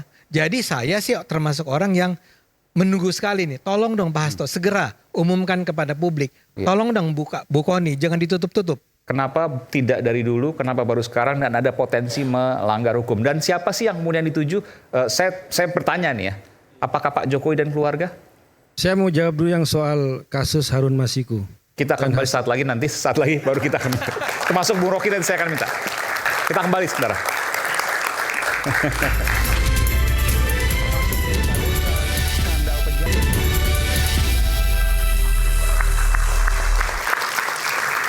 Saya tadi bertanya pada Mas Guntur Romli dalam break. Saya bertanya, Mas Guntur sebenarnya pernah lihat nggak sih apa yang disampaikan oleh Mas Hasto yang dikatakan bom waktu itu? Jawabannya Mas Guntur? Iya, beberapa video saya nonton. Video? Video. Ada lagi? Dan juga dalam video itu ya ada dokumen-dokumen. Dokumen? Disertakan juga. Dan juga bukti-bukti yang lain lah. Video itu maksudnya pengakuan atau CCTV atau apa? Ya nanti kita tonton. Kan belum dirilis ya kan, itu kan belum dirilis. Yang jelas juga. Lebih dari 5 kasus dan itu kaitan ke korupsi ya, dan penyalahgunaan wewenang. Kalau saya bisa menjawab itu ada puluhan video. Puluhan video, oke. Ya persoalan yang diulas di situ, skandal korupsi pejabat baik yang masih menjabat ataupun yang sudah mantan, penyalahgunaan kewenangan, penggunaan hukum, dan sebagainya untuk menyerang lawan politik. Termasuk saya tanya terkait dengan Pak Jokowi dan keluarga? Ya ada di situ tentu saja, pasti di situ ada. Dan juga masalah misalnya selama ini perdebatan soal permintaan 3 periode dan perpanjangan masa jabatan, di situ juga ada yang akan disampaikan dan juga bukti-buktinya, termasuk juga masalah pelemahan KPK, itu juga akan ada yang dibahas di situ dan beserta bukti-buktinya. Tapi nanti kita tunggu rilisnya saja. Dan ya kalau ini muncul ya saya tidak mau mengatakan ini berlebihan. Tapi kalau saya menonton beberapa video itu ya bisa menggemparkan ya. Menunggu apa sih? Ya. Kenapa nggak dikirimkan? Ya semua sekarang? tergantung kepada Sekjen PD Perjuangan. Apa yang beliau putuskan, kapan dirilis ya kita tunggu aja. Dan saya juga barangnya juga bukan di saya. Saya hanya Saya mendengar 3 yang disimpan Mas Hasto, Mas Andi Wijayanto dan Mbak Koni. Ya, yang tahu itu ya. Yang tahu. Tapi dan tiga-tiga diserang menurut Anda itu ya? Ya. Oke. Ya. Tadi saya mau komentar yang kasus Harun Masiku dan Hasto Kristianto. Jadi kita tidak bisa menghakimi seseorang itu bersalah hanya berdasarkan kepercayaan. Oh ini percaya, oke Ya. tadi. Tapi berdasarkan apa bukti yang Anda punya untuk menilai seseorang. Karena kalau kita bicara soal bukti yang ada di publik, seperti saya sampaikan tadi, putusan pengadilan terhadap Wahyu Setiawan, Agustiani, Saiful Bahri, itu kan putusan pengadilan yang sudah kita bisa baca di umum. Dan itu sudah punya kekuatan hukum yang tetap. Jadi dasarnya untuk melihat kasus hukum, kita kembali ke situ. Tapi kalau Anda mau bicara soal spekulasi, asumsi, bahwa ini sejak dulu memang pantas dipersangkakan, Anda juga harus baca yang dibocorkan oleh majalah Tempo ketika ada seorang pimpinan KPK tapi tidak disebutkan namanya yang diorder sejak lama untuk membungkus Hasto Kristianto, untuk mentersangkakan Hasto Kristianto, tapi dia menolak karena bagi dia ingin bekerja berdasarkan apa yang dia profesionalitas dia, bukan berdasarkan orderan. Siapa pimpinan KPK waktu itu? Dia tidak sebutkan namanya di majalah Tempo, tapi pernyataan itu dikutip oleh Tempo. Bukan Firly maksudnya? Ya saya nggak tahu ya siapa kan itu bisa. Tapi saya kira Tempo juga tidak akan membocorkan sumber informasi itu. Ingin saya katakan bahwa kalau kita melihat pernyataan itu memang sejak awal Hasto Kristianto itu ditarget. Dikaitkan dengan kasus Harun Masiku, tapi tidak ada bukti-bukti yang menguatkan sehingga dia tidak bisa ditersangkakan. Di mana bukti-buktinya? Ya putusan pengadilan, lihat aja. Kalau memang ada bukti-bukti yang lain, harusnya itu muncul dan bunyi di pengadilan. Dan itu kan nggak ada. Selama ini kan masalah asumsi-asumsi. Makanya saya katakan tadi, kalau kita baca rilis Ketua KPK, bukan lagi persoalan kasus suapnya, tapi sudah bergeser kepada isu politik yang ditersangkakan adalah Hasto Kristianto selaku Sekjen PDI Perjuangan. Kemudian di situ di soal masalah penempatan caleg, penempatan soal masalah PAW, ya, yang itu adalah masalah internal partai, kok malah dijadikan sebagai bukti penyuapan. Tadi yang kata kuat. Diminta untuk membungkus Hasto Kristianto, artinya lebih kekuasaan loh itu. Ya, ada pihak luar, dia sebutkan itu. Ada pihak luar dari KPK untuk cepat membungkus Hasto Kristianto. Itu ya yang kalau kita baca. Saya ke Bung Ani dulu sebelum saya ke Bang Rocky. Tadi disebutkan bahwa banyak bukti, ini kaitan ke skandal ya, skandal pejabat. Banyak bukti, ada video, ada dokumen, dan salah satunya menyebut juga tadi Pak Jokowi dan keluarga, 3 periode dan lain sebagainya, dan mungkin ada yang lain. Ada komentar soal itu? Ya, terima kasih Bang Iman. Kalau saya lihat ini, pertanyaan saya tadi sama dengan Bang Ade. Kenapa enggak dari tahun yang lalu atau 2 tahun yang lalu dibuka itu? Ya, satu itu. Kedua, kenapa barang bukti itu dibawa ke Rusia? Ada apa dibawa ke Rusia? Buat apa dibawa ke sana gitu loh? Kalau mau ya langsung aja bukaan aja gitu loh. Kalau misalnya Jokowi terlibat ya langsung aja kasih apa saja itunya, buktinya. Saya rasa juga adalah petinggi-petinggi PDIP di sana mungkin di-delete di situ. Di laporan-laporan tersebut. Terjerat ya, juga? Ya pasti ada yang terjerat lah. Ini ibaratnya kan buruk muka cermin dibelah. Sudah pasti itu. Cuma di-delete mungkin. Ya kan, Anda nggak tahu dokumen itu jangan bilang pasti. Ini kan asumsi saya. Jangan bilang pasti kalau gitu. Pakai. Jadi gini, Mas, pertanyaan saya itu, kalau Ibu Koni, ya dulu kan Bu Koni itu kan dari Nasdem, dia masuk ke PDIP kan baru. Bu Koni bukan orang PDI Perjuangan, itu saya perlu tegaskan. Bukan Dia nggak masuk ya, kader tapi dia PDI mengakui dia PDIP lah, love PDIP. Dia simpatisan, ya dia suka kepada Ibu Megawati, iya. Tapi dia bukan kader PDI Perjuangan. Oke, terima kasih informasinya. Jadi yang pertanyaan saya kenapa? Oke. Kenapa gitu loh? Kenapa nggak dari dulu gitu? Iya, kenapa dari dulu dan kenapa dibawa ke Rusia gitu loh? Oke. Ya kita kan tahu, sayang Bu Koni nggak hadir sini. Yang bisa menjawab semuanya mungkin nggak ada bukan kita semua kecuali satu orang, Bung Rocky Gerung, silakan. Pertanyaannya kenapa?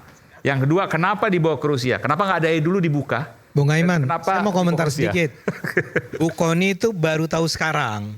Dia baru tahu sekarang. Dia bukan dari dulu udah tahu ini. Iya. Yang membawa, yang bilang udah tahu itu adalah Pak Hasto. Betul. Iya. Ya, Pak Hasto membawa ke Bu Koni di Rusia dengan alasan nih ya, yang disampaikan Bu Koni adalah bahwa karena mereka takut kalau ini dibukanya di Jakarta, nanti ada campur tangan KPK lagi.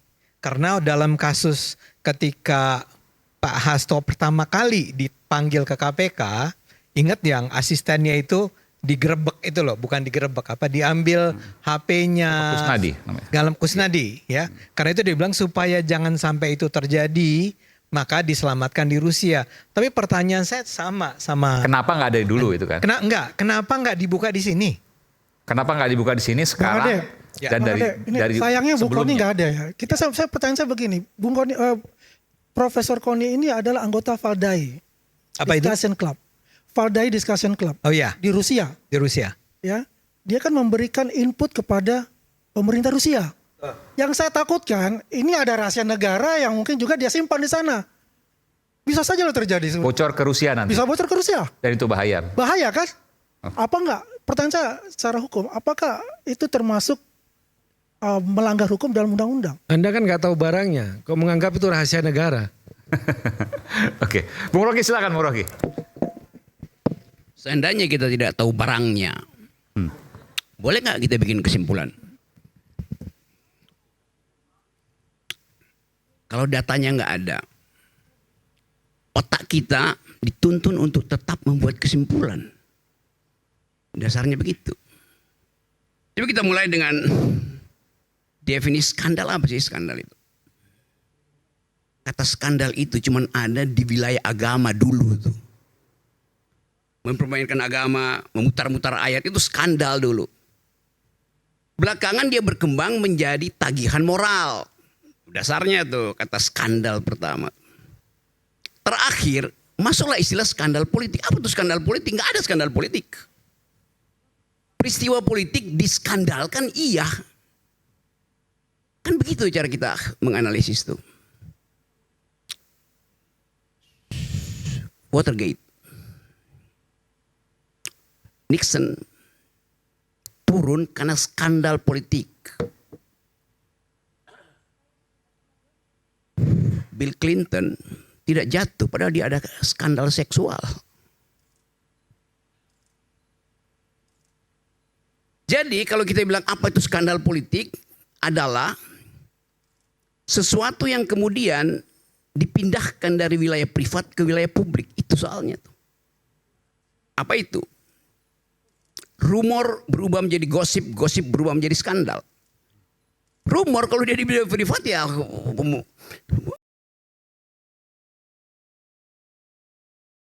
saya mau terangin itu karena itu karena itu yang mesti menggunakan kata itu. Mohon maaf Bung Rocky, saya harus potong. Berarti saya mesti edit bahasa ilmu pengetahuan itu. Bisa digunakan bahasa lain mungkin yang lebih. Apa bahasa lain dari persetubuhan? Iya.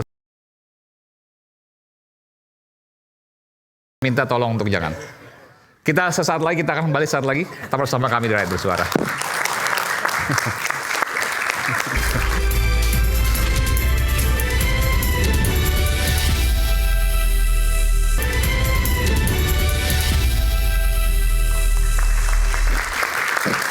Ya, kembali di Rakyat Bersuara, rakyat yang tetap bersuara, tapi tentu kita juga hadir di sini untuk kemudian bicara soal apa adanya, meskipun juga harus kita lihat bagaimana jam tayangnya juga, Bung Rocky ya.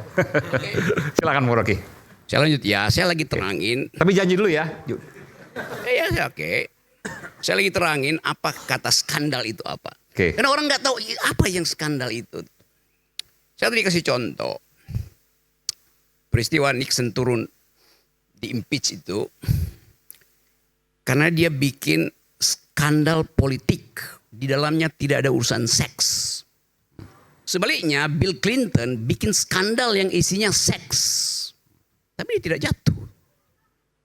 Jadi di Amerika lebih berbahaya memanipulasi politik daripada memanipulasi birahi itu. Dengan kata lain, kalau kita terangkan apa yang terjadi pada Bill Clinton, peristiwa dengan Monica Lewinsky berubah dari inimikus menjadi hostis. Saudara Aiman, tahu nggak artinya inimikus dan hostis? Nggak tahu kan? Bahasa Latin. Bahasa Latin ya. Aman. Anak-anak yang nonton dia mau tahu, mau tanya. Harus saya terangkan apa itu inimikus. Jangan. Oke. Jadi buat apa? Biar googling aja. Anda mahasiswa, Anda tahu nggak apa itu inimikus, apa itu hostis? Biar googling aja, Bung Rocky. Lanjut, silakan. Ya. Saya bikin lebih lembut ya. Dalam peristiwa Bill Clinton, peristiwa diranjang inimikus dipindahkan menjadi peristiwa di talk show, hostis namanya. Dari yang privat pergi ke publik, itu namanya skandal. Yang tadinya bukan skandal jadi skandal karena dipamerkan. Tangkap sekarang, Aiman. Saya mau ajarin juga supaya kita ada basis pengetahuan itu. Tetapi di dalam negara demokratis, soal privat itu urusan moral lu lah. Lu pertanggungjawabkan pada bini lu, pada suami lu, pacar lu, mantan pacar, selingkuhan, urusan.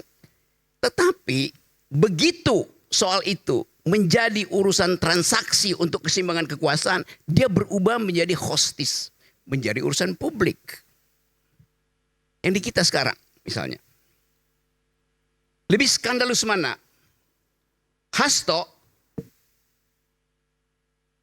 yang skandalnya diduga, atau siapa teman Hasto lagi yang gubernur itu, Andi, di dalam foto-foto itu, kan itu yang disebut skandal kan.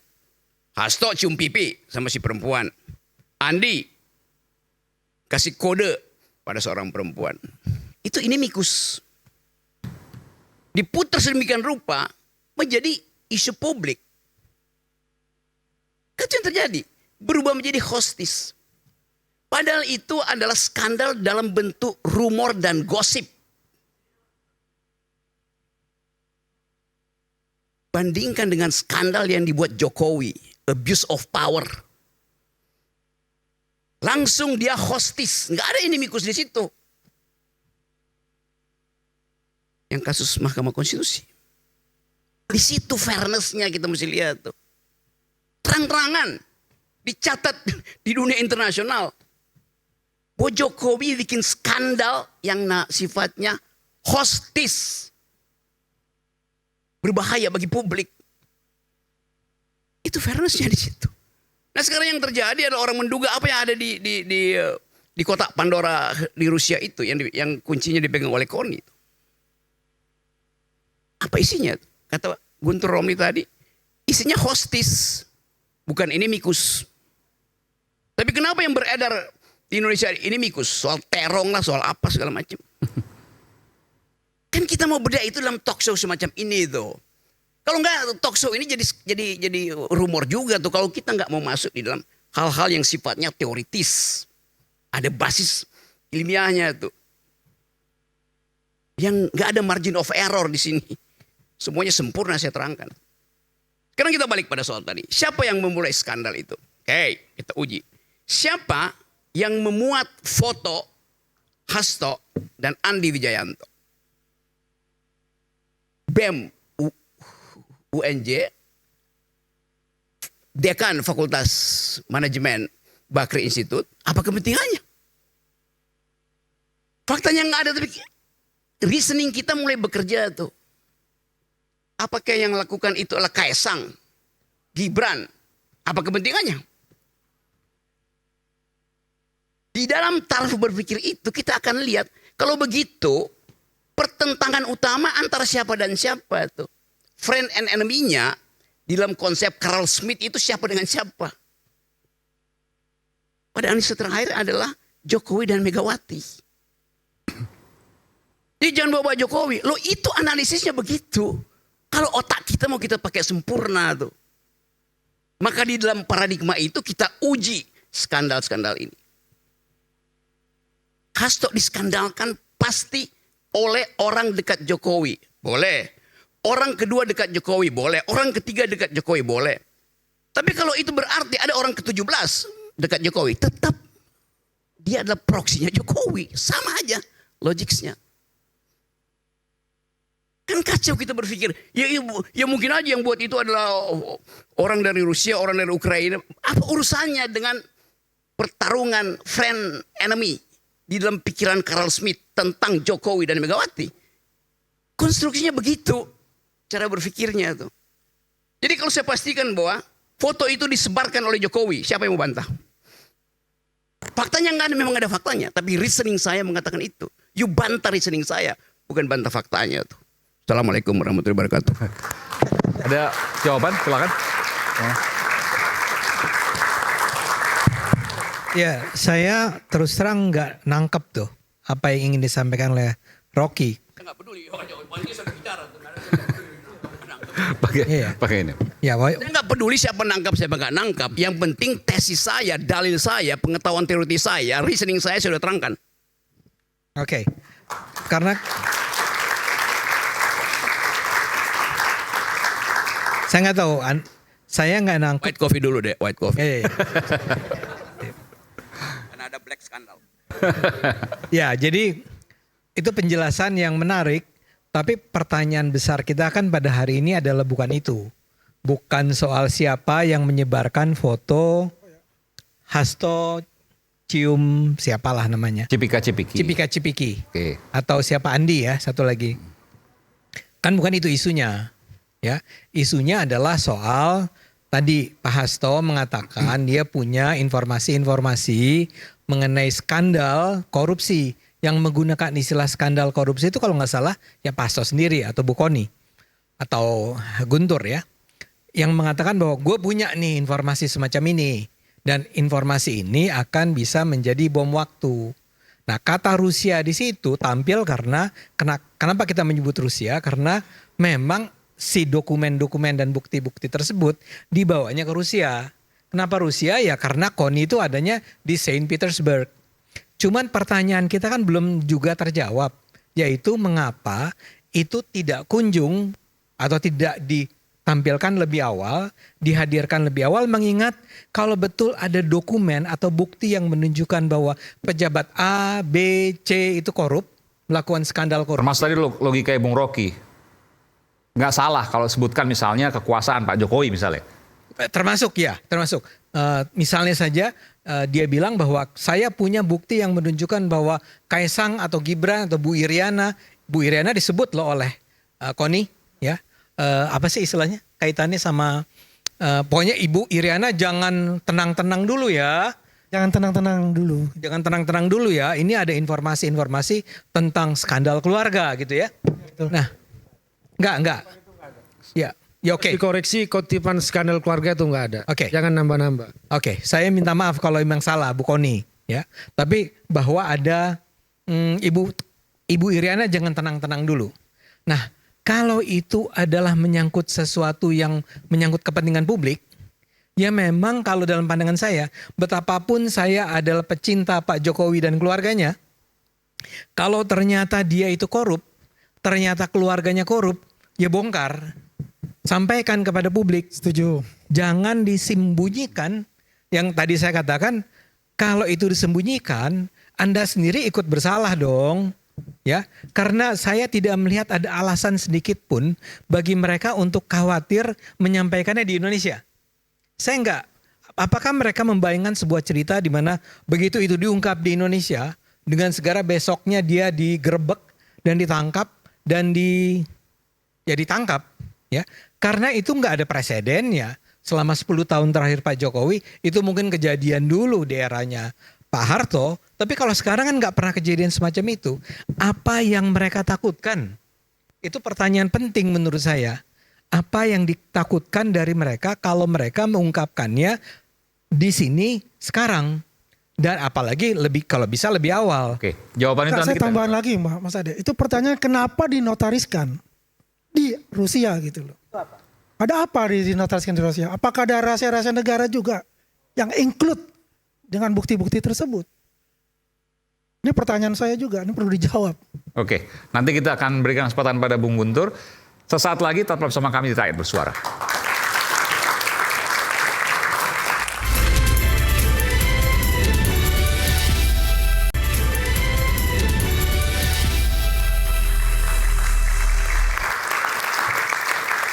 Kembali sesi terakhir Rakyat Bersuara, saya berikan kesempatan pada Bung Guntur Romli tadi sampaikan kenapa dinotariskan, kenapa tidak sekarang, pertanyaan masih seputar itu. Silakan sekaligus penutup.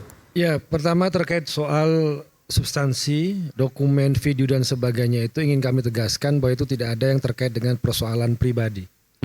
PDI Perjuangan, Mas Hasto, Bu Kony dan Mas Awi tidak tertarik untuk mengumbar atau mengungkap persoalan pribadi seseorang. Seperti yang di media sosial Tapi banyak, nggak ada kaitan dengan ini itu. berbeda dengan proksinya Jokowi ya, yang menyebarkan video, yang menyebarkan foto, hanya orang bertemu di restoran tapi di framing perselingkuhan. Kenapa disebut proksinya Pak Jokowi itu? Ya kan disebutkan oleh Bang Rocky tadi. Bahwa di situ kan jelas di situ. Saya membantah itu untuk yang kedua, proksi. Yang kedua, kalau kenapa proksi lah? Jangan bilang proksi Jokowi itu kan udah tendensius. Kan disampaikan di situ bahwa akun-akun itu adalah akun-akun pembelanya Jokowi. Maka disebut dengan proksi. Ya kan? Saya nggak nyebut sebagai Jokowi, tapi proksi. Kelompok pendukungnya Jokowi. Itu artinya seperti itu kalau Anda nggak paham apa arti proksi. Kemudian soal kenapa pertanyaan. Kenapa baru sekarang? Kemudian kenapa dinotariskan di Rusia? Saya mau jawab ini. Persoalan kenapa baru sekarang? Saya bisa bertanya balik. Kenapa korupsi-korupsi, dugaan-dugaan korupsi yang menyebut, yang melaporkan keluarga Jokowi, anak dan menantunya tidak pernah ditindaklanjuti oleh KPK? Contoh yang paling jelas menurut saya, karena ini juga diminta oleh KPK, apa yang disampaikan oleh almarhum Bang Faisal Basri, yang menemukan dugaan penyelundupan biji nikel ke China yang merugikan negara ratusan triliun, dan Bang Faisal bekerja, diminta juga oleh KPK, tapi sampai sekarang tidak terungkap karena disebut di situ Bang Faisal langsung Bobi Nasution menantu Jokowi. Kemudian juga fakta-fakta pengadilan. Saya harus mengulangi lagi, nama Kahiyang, nama Bobi Nasution juga disebut sebagai bagian dari Blok Medan. Tidak pernah diungkap di situ. Jadi kalau bicara soal kenapa baru diungkapkan sekarang, pertanyaan saya kenapa selama ini kasus-kasus yang menyebut, yang melaporkan, ya, yang mengindikasikan termasuk laporannya Ubaidillah Badrun, dosen UNJ itu tidak pernah ditindaklanjuti oleh KPK sampai laporan itu berulang-ulang. Jadi di situ jangan-jangan sekarang yang muncul no viral, no justice. Bahwa publik harus tahu. Kenapa? Karena lembaga-lembaga negara ini menyembunyikan bukti-bukti selama ini. Jangan-jangan yang diungkap selama ini juga dalam tanda kutip disembunyikan oleh lembaga-lembaga negara, tidak pernah ditindaklanjuti di lembaga-lembaga penegak hukum. Inilah dokumen kemudian yang kemudian mau disampaikan kepada publik agar publik tahu, karena pemilik kedaulatan sesungguhnya di negara ini adalah rakyat. Banyak kasus, Gama misalnya, kasus penembakan, kemudian baru ada tindak lanjutnya setelah viral dan menjadi perhatian publik. Jangan-jangan kita mau benar-benar tegas memberantas korupsi kalau publik itu tahu apa itu petunjuknya, apa itu dokumennya, apa itu buktinya yang selama ini dalam tanda kutip disembunyikan oleh lembaga-lembaga penegak hukum dan dilakukan tebang pilih. Kalau Anda anti kekuasaan, tajam pada Anda.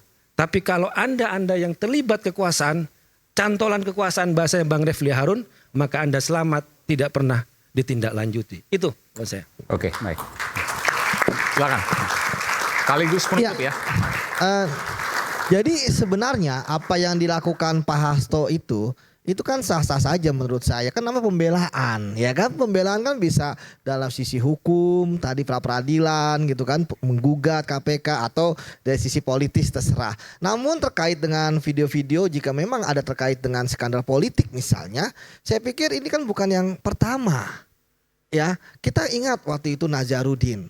Namun kan Nazarudin berani menyampaikan juga kepada KPK dan dia pun statusnya tersangka gitu. Jadi ya saya berharap lah Pak Hasto bisa menjadi justice kolaborator. Ya walaupun justice kolaborator kan syarat itu 3. Ya, pertama bukan pelaku utama, kedua membongkar kasus korupsi yang besar, yang ketiga jujur.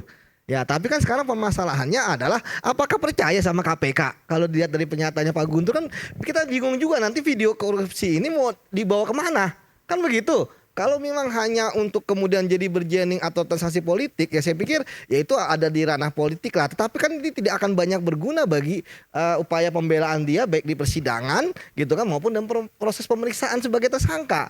Jadi saya pikir ya sekarang kita tinggal tunggu aja apakah ini akan menjadi Nazarudin kedua. Ya, yang membongkar kemana-mana? Yang membongkar kemana-mana, ke atas, ke samping, ke bawah gitu kan, dan jumlahnya triliunan, atau ya hanya ada di ruang hampa. Ya, hanya tembakan pistol yang tanpa ada peluru, kan begitu. Jadi kita tunggu saja episode berikutnya. Karena di sini yang udah nonton hanya Bang Guntur gitu kan. Seperti itu. Oke, baik. Saya ke Bang Ade dulu deh sebelum saya ke Bung Refli. Ya, jadi saya termasuk orang yang, saya akan ulang ya, saya termasuk orang yang percaya bahwa Pak Hasto ini, Mas Hasto memang bersalah. Ya. Kedua adalah presumption of innocence. Ya, boleh. Asas praduga tak bersalah. Enggak, bukan begitu logikanya. Presumption of innocence itu enggak begitu. Kita itu semua bisa punya kepercayaan bahwa orang itu salah atau tidak. Oke, ini saya Mas Guntur, termasuk Mas Ade. Saya termasuk orang yang percaya dia memang bersalah. Mungkin saya salah, tapi saya percaya dia bersalah. Tapi itu satu soal. Soal kedua adalah bahwa apa yang dikatakan oleh Pak Hasto itu menurut saya adalah sesuatu seperti ingin tanda petik mengancam ya. Jadi mengancam kalau saya sampai diperkarakan, saya sampai betul-betul ditersangkakan atau dinyatakan bersalah, saya akan bongkar kejahatan-kejahatan para pejabat yang selama ini saya tahu. Itu yang menurut saya sebenarnya tidak pantas dilakukan. Untuk kepentingan perang melawan korupsi di Indonesia, siapapun yang punya informasi, punya dokumen, punya video, punya rekaman yang menunjukkan kejahatan-kejahatan yang dilakukan oleh para penguasa, para pejabat pemerintah, bahkan keluarganya, bukan soal private nih, ini soal keluarga para pejabat, ya ungkapkan saja kepada publik. Nggak usah dengan cara seperti kami punya nih rekaman-rekaman yang menunjukkan terjadinya korupsi oleh para pejabat. Tapi belum kami akan lontar, kami akan keluarkan. Pertanyaan besarnya kalau gitu kapan Anda akan keluarkan? Saya duga yang ingin dia katakan adalah kami akan mengeluarkannya kalau kami dinyatakan sebagai bukan hanya tersangka tapi juga bersalah, juga diadili, juga dinyatakan bersalah dan masuk penjara. Itu yang saya harapkan tidak terjadi. Dan karena itu saya berharap sekali bahwa semua rekaman yang ada di tangan Pak Hasto dan Bu Kony sekarang itu dibuka. Dan sesegera mungkin itu ya? Sesegera mungkin. Dan tapi saya harus ingatkan juga kepada Pak Hasto dan terutama Bu Kony ya. Kalau Pak Hasto kan memang sudah jadi tersangka. Ya, tapi kalau Bu Kony juga harus ingat ya, kalau Anda dinyatakan sebagai orang yang dengan sengaja ikut terlibat dalam menyembunyikan informasi mengenai korupsi, ya, tidak mengungkapkannya kepada publik, padahal Anda tahu bahwa itu penting, padahal Anda tahu bahwa itu akan membongkar korupsi yang sesungguhnya, saya khawatir Anda nantinya akan berpotensi untuk dituntut sebagai orang yang terlibat dalam penyembunyian informasi tentang korupsi. Saya harapkan nggak ada korban-korban selanjutnya. Sehingga untuk itu saya berharap memang dengan segera bukti-bukti korupsi para pejabat ini bisa diungkapkan secara baik. Oke. Bung Refli silakan. Ini saya harus sampaikan juga karena saya sudah undang Mbak Kony dan sudah oke ya. Saya WhatsApp sendiri, tim saya juga WhatsApp sudah oke. Tapi kemudian tadi ada acara tidak bisa keluar tapi terakhir centang satu. Saya mungkin tidak tahu mungkin ada berhalangan apa satu dan lain hal. Di sana mungkin sekitar 4 jam dari Jakarta, 4 atau 5 jam, lupa saya. Jadi sore di sana. Oke, silakan Bung Refli. Iya, kita ini sering sekali bicara seolah-olah proses penegakan hukum itu normal ya. Bukan di ruang di ruang hampa, bukan di ruang yang penuh dengan intrik politik dan lain sebagainya. Maka kadang-kadang orang pakai formalisme. Wah, harusnya begini dan lain sebagainya. Tapi di sisi lain orang tahu bahwa secara faktual tidak gampang ya. Kalau kita punya informasi katakanlah tentang korupsi dalam banyak hal, misalnya pernah dulu dia sendiri pelaku suapnya dan dia mengatakan bahwa hakim itu terima suap. Lalu dia bilang, loh dari mana Anda tahu kalau dia? Ya saya sendiri yang menyuapnya. Bayangkan kasus suap hakimnya yang lebih berat ya, lebih strategis, lebih penting untuk diungkap, tidak diungkap duluan, malah dia kena pencemaran nama baik. Sehingga tujuan untuk memberantas korupsi tadi ada, walaupun justice kolaborator dalam pengertian yang umum ya, itu kemudian tidak tercapai. Jadi orang malas kalau seandainya punya informasi korupsi dan lain sebagainya, karena tidak hanya dia akan disibukkan oleh soal-soal seperti itu, dipanggil polisi, diperiksa dan lain sebagainya, tetapi sangat mungkin dia yang malah duluan dikriminalisasi. Iya, backfire kepada orang tersebut. Dan ini kan sudah menjadi gejala umum. Nah kalau sebuah negara yang penegak hukumnya misalnya lebih concern terhadap pemberantasan korupsi, dia tidak melihat masalah yang periferialnya ini. Soal pencemaran nama baik, soal apa dan lain sebagainya. Kasus korupsinya yang didahulukan.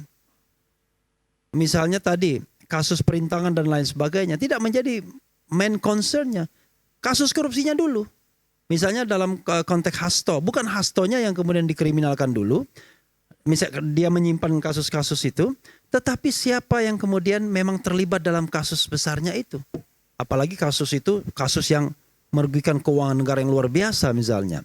Nah kita ini masalahnya adalah main pinggiran terus. Ya, apakah saya pernah mengalami? Pernah. Ketika saya mengungkapkan bahwa ada seorang hakim konstitusi yang korup misalnya, saya diancam oleh hakim konstitusi itu. Refli kena berapa pasal nih? Pasal pencemaran nama baik, pasal penghinaan, pasal ini, pasal itu. Kalau digabung katanya bakal kena 10 tahun. Iya, coba lihat, cek 2010 itu. Namanya Akil Muhtar kan. Untung ada KPK pada waktu itu yang agak menolong saya dalam tanda kutip. 2013 ditangkap Akil Muhtar dan akhirnya ketahuan bahwa memang dia korup. Kalau tidak kan masyarakat kemudian dengan kekuatan barangkali institusi Mahkamah Konstitusi, finansial, dia bisa menguasai media dan lain sebagainya.